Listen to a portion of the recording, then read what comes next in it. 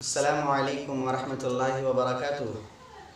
الحمد لله كفى وسلام على عباده الذين اصطفى، أما بعد فأعوذ بالله من الشيطان الرجيم. بسم الله الرحمن الرحيم. لو تقول علينا بعض الأقاويل لأخذنا منه باليمين ثم لقطعنا منه الوتين. حاضرین محفل، آج میں جس موضوع پر چند منٹ گفتگو کرنا چاہتا ہوں وہ قرآن کریم کے تعلق سے ہے۔ قرآن کریم ایک عظیم کتاب ہے۔ قرآن کریم ایک لازوال اور اللہ رب العزت کا ایک عظیم تحفہ ہے۔ قرآن کریم ہدایت ہے پوری انسانیت کے لیے۔ اللہ رب العالمین نے قرآن کریم کا آغاز سورہ فاتحہ کے بعد الف لام میم ذالک الکتاب لا ریب فیہ سے کیا ہے۔ الف لام میم یہ حروف مقطعات ہیں۔ ذالک الکتاب لا ریب فیہ یہ وہ کتاب ہے جس کے اندر شکوک و شبہات کی کوئی گنجائش نہیں ہے۔ ھدی للمتقین، اور یہ کتاب ہدایت ہے ان لوگوں کے لیے جو اللہ رب العالمین پر ایمان رکھتے ہیں، جو متقی ہیں، جن کے دل میں اللہ رب العالمین کا خوف ہے، جو پرہیزگار ہیں، جن کے دل میں اللہ رب العالمین کا خشیت ہے، ان کے لیے یہ کتاب ہدایت ہے۔ عزیزان گرامی، قرآن کریم کے دشمن ہر دور میں رہے ہیں۔ نبی کائنات صلی اللہ علیہ وسلم کے دور میں بھی رہے ہیں۔ جب قرآن کریم نازل ہوتا تھا تو کفار مکہ اپنے کانوں میں روئیاں ٹھونس لیتے تھے تاکہ قرآن کریم کی آواز نہ آئے۔ طفیل بن عمرو الدوسی حالت کفر میں جب مکہ معظمہ عمرہ کے لیے آئے، بہت بڑے شاعر تھے، عظیم شاعر تھے عرب کے، تو ان سے ملاقات کے لیے بہت بڑے بڑے سردار جمع ہوئے، اکٹھا ہوئے اور انہیں سمجھایا کہ دیکھو یہاں ایک جادوگر ہے جن کی باتوں میں جادو ہے، خبردار تم ان کی بات نہ سننا ورنہ تم ان کی گرفت میں آ جاؤ گے، تم ان کا گرویدہ بن جاؤ گے، لہٰذا ان کی بات نہ سننا۔ لوگوں نے خوب سمجھا بجھا کر انہیں بھیجا اور وہ مکہ آ کر طواف کرنے لگے اور نبی کائنات صلی اللہ علیہ وسلم خانہ کعبہ سے پیٹھ لگائے ہوئے قرآن کریم کی تلاوت کر رہے ہیں۔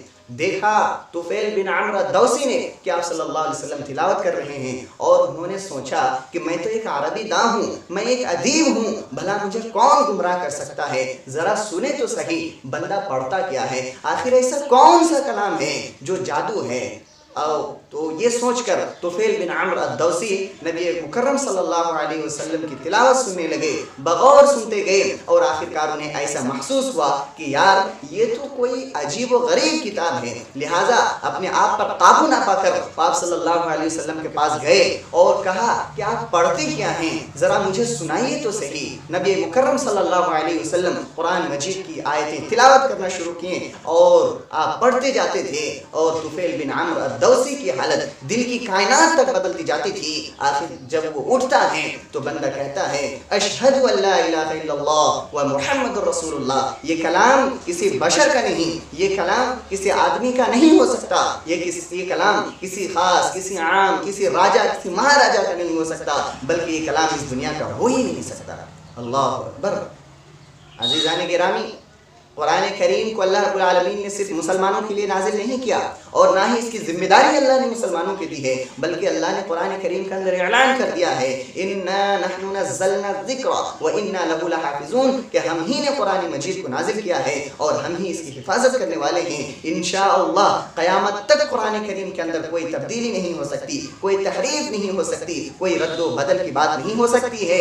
فانوس بن کر جس کی حفاظت ہوا کرے، فانوس بن کر جس کی حفاظت ہوا کرے، وہ شمع کیا بجھے جسے روشن خدا کرے، وہ شمع کیا بجھے جسے روشن خدا کرے۔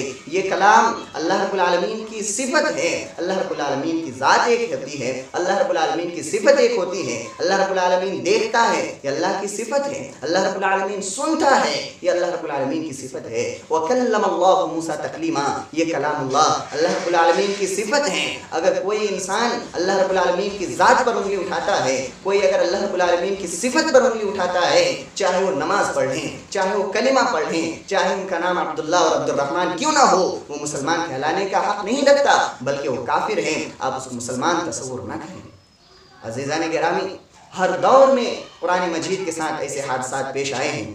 قرآن مجید کو ہمیشہ بدنام کرنے کی کوشش کی گئی ہے۔ مگر آپ ذرا دیکھیں ابھی جو چند دن پہلے ایک واقعہ پیش آیا قرآن کریم کے تعلق سے، وہ نادان کہتا ہے کہ میں قرآن کریم پر پابندی کی بات نہیں کرتا، بلکہ میں یہ کہتا ہوں کہ وہ 26 آیتیں جنہیں ابو بکر نے، حضرت عثمان نے اور حضرت عمر نے اپنے دور حکومت میں اپنے زور و جبر سے، اپنے بلبوتے سے قرآن مجید کے اندر داخل کیا ہے، اللہ رب العالمین کا نام لے کر قرآن مجید کے اندر ٹھونس دیا ہے، نعوذ باللہ من ذالک۔ کیا قرآن کریم کے ساتھ کوئی ایسا کھلواڑ کر سکتا ہے؟ ارے نادان، تم اگر قرآن کریم پر غور کرتے، قرآن کریم پر تدبر و تفکر کرتے تو یہ آواز تم کبھی نہیں بلند کر سکتے تھے، اس لیے کہ اللہ رب العالمین نے کہا ہے اِنَّا نَحْنُ نَزَّلْنَا الذِّكْرَ وَإِنَّا لَهُ لَحَافِظُونَ، اور یہ ہمارا عقیدہ ہے، ہمارا ایمان ہے کہ قرآن کریم کے ساتھ کوئی کھلواڑ نہیں کر سکتا، اس لیے کہ اس کی حفاظت کی ذمہ داری بھی اللہ نے لی ہے۔ اور حضرت ابو بکر کے اوپر یہ الزام لگایا جاتا ہے، حضرت عثمان پر یہ الزام لگایا جاتا ہے، حضرت عمر پر یہ الزام لگایا جاتا ہے۔ آپ ذرا سوچئے یہ کیسے قرآن مجید کے اندر تبدیلی کر سکتے ہیں جبکہ اللہ رب العالمین نے اپنے پیارے پیغمبر جناب محمد رسول اللہ صلی اللہ علیہ وسلم کو تنبیہ کرتے ہوئے کہا ہے لو تقول علینا بعض الاقاویل لأخذنا منه بالیمین ثم لقطعنا منه الوتین۔ کہ پیارے پیغمبر، اگر آپ نے قرآن مجید کے ساتھ قرآن مجید کے ساتھ چھیڑخانی کی، قرآن مجید میں کوئی چیز ڈال دی، اضافہ کر دیا، تو ہم آپ کو پکڑ لیں گے اور آپ کا شہ رگ کاٹ دیں گے۔ اللہ اکبر، یہ سزا نبی مکرم کے لیے ہے۔ اور آپ ذرا تصور کریں کہ حضرت ابو بکر قرآن میں تبدیلی کر دیں اور اللہ رب العالمین خاموش رہے، حضرت عثمان قرآن کریم کے اندر تبدیلی کرے اور اللہ رب العالمین خاموش رہے، حضرت عمر رضی اللہ عنہ قرآن کریم کے اندر تحریف کر دیں اور اللہ رب العالمین خاموش رہیں اور نبی مکرم کریں تو اس کے لیے شہ رگ کاٹ دینے کی سزا۔ نعوذ باللہ من ذالک، یہ الزام ہے سراسر۔ اور یہ نادان حضرت علی کا نام نہیں لیتا، کیوں؟ اس لیے کہ یہ شیعہ ہے، مگر آپ دھیان رکھیں یہ شیعہ کہلانے کے بھی حقدار نہیں ہے، اس لیے کہ انہوں نے حضرت علی پر بھی الزام لگایا ہے اور حضرت علی کے ساتھ بھی انہوں نے گستاخی کیا ہے۔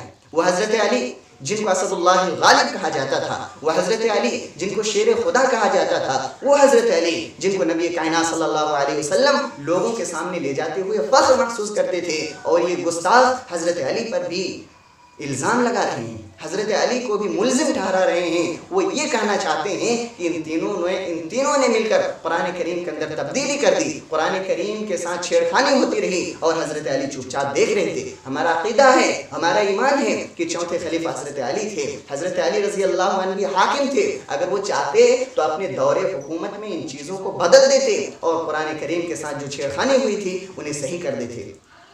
لیکن یہ کہنا کیا چاہتے ہیں کہ حضرت علی بھی قرآن کریم کے ساتھ چھیڑخانی کی، حضرت علی نے بھی قرآن کریم کے ساتھ ناانصافی ہوتی رہی، قرآن میں تبدیلی ہوتی رہی اور حضرت علی دیکھتے رہے، یہی نہیں کہنا چاہتے ہیں۔ مگر آپ دھیان رکھیں اس طرح کے کلمات کہنے والے نہ شیعہ ہو سکتے ہیں نہ مسلمان ہو سکتے ہیں، یہ بلکہ مسلمان کہلانے کے حقدار نہیں ہیں۔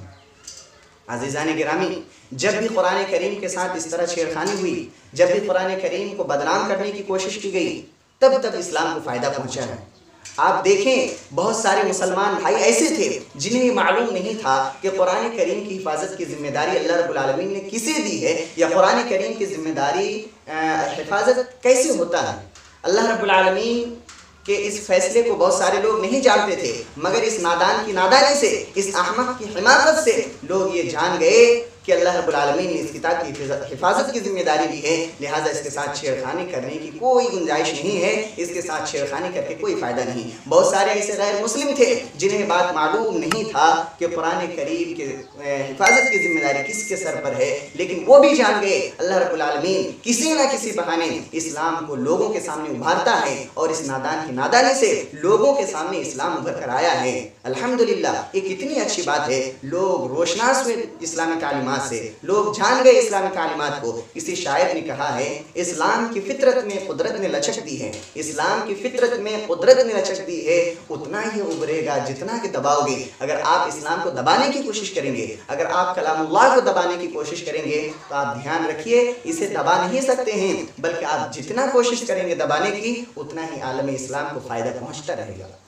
لہٰذا میں آپ تمام سے یہی گزارش کروں گا کہ آپ اپنے بچے کو حافظ قرآن بنائیے، قرآن کریم کی خدمت کرنے کے لیے اپنے اولاد کو لگا دیجیے تاکہ قرآن کریم کی حفاظت ہوتی رہے، تاکہ قرآن کریم پر لوگ عمل کرتے رہیں۔ آخر میں رب العالمین سے دعا ہے کہ مولا کریم تو ہمیں قرآن پڑھنے اور قرآن سمجھنے کی توفیق عطا فرما، آمین، تقبل یا رب العالمین، والسلام علیکم ورحمۃ اللہ وبرکاتہ۔